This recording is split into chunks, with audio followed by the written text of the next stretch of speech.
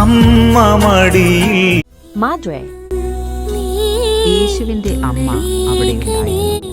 October 1 മുതൽ 31 വരെ പരിശുദ്ധ അമ്മയോട്. ഇന്ന് ഒക്ടോബർ 14 ഫ്രാൻസിലെ ഒരു കുഗ്രാമത്തിൽ ഇടവക വൈദികനായി ജീവിച്ച് അതിസാധാരണമായ വിശുദ്ധി കൊണ്ട് ജീവിതകാലത്തും മരണശേഷവും ലോകത്തെ അനുഗ്രഹിച്ച പുണ്യവാനാണ് ജോൺ വിയാനി.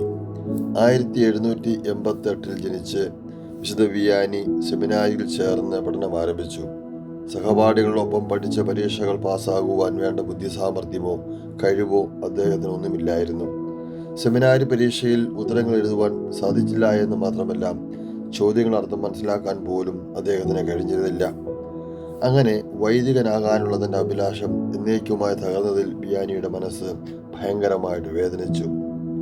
എല്ലാ മാർഗങ്ങളും തൻ്റെ മുന്നിൽ കുട്ടിയടയ്ക്കപ്പെട്ടപ്പോൾ ജോൺ ഭയങ്കരമായിട്ട് ദുഃഖിതനായി. വിശുദ്ധ കന്യകാമറിയത്തിൻ്റെ സഹായം ഒന്ന് മാത്രമാണ് തൻ്റെ കാര്യസാധ്യത്തിനായി അദ്ദേഹം ആശിച്ചത്. ദൈവമാതാവിനോട് വിശുദ്ധൻ നിരന്തരമായി പ്രാർത്ഥിച്ചുകൊണ്ടേയിരുന്നു.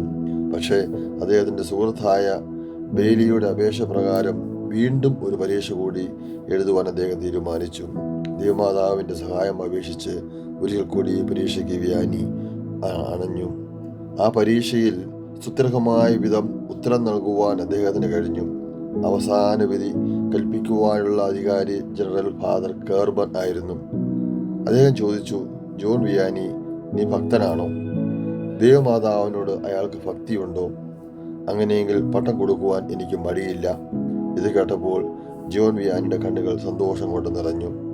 പരിശുദ്ധ മറിയത്തെ സ്വന്തം അമ്മയേക്കാൾ അധികം സ്നേഹിക്കുന്ന സഭാഭക്തനാണ് ജോൺ വിയാനി എന്നറിഞ്ഞപ്പോൾ കർദിനാളിൻ്റെ സ്ഥാനപതിയായ വികാരി ജനറൽ പറഞ്ഞു, ഇയാളിൽ വേണ്ടത് ദൈവം പ്രവർത്തിച്ചു കൊള്ളും.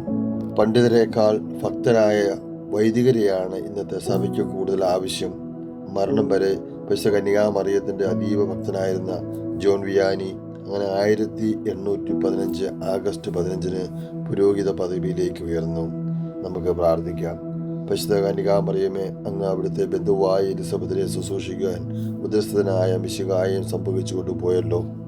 ഞങ്ങൾ അങ്ങേ മാതൃകയെ അനുകരിച്ച് മറ്റുള്ളവർക്ക് സേവനം അർപ്പിക്കുന്നതിനുള്ള അനുഗ്രഹം നൽകണമേ. ആമേൻ.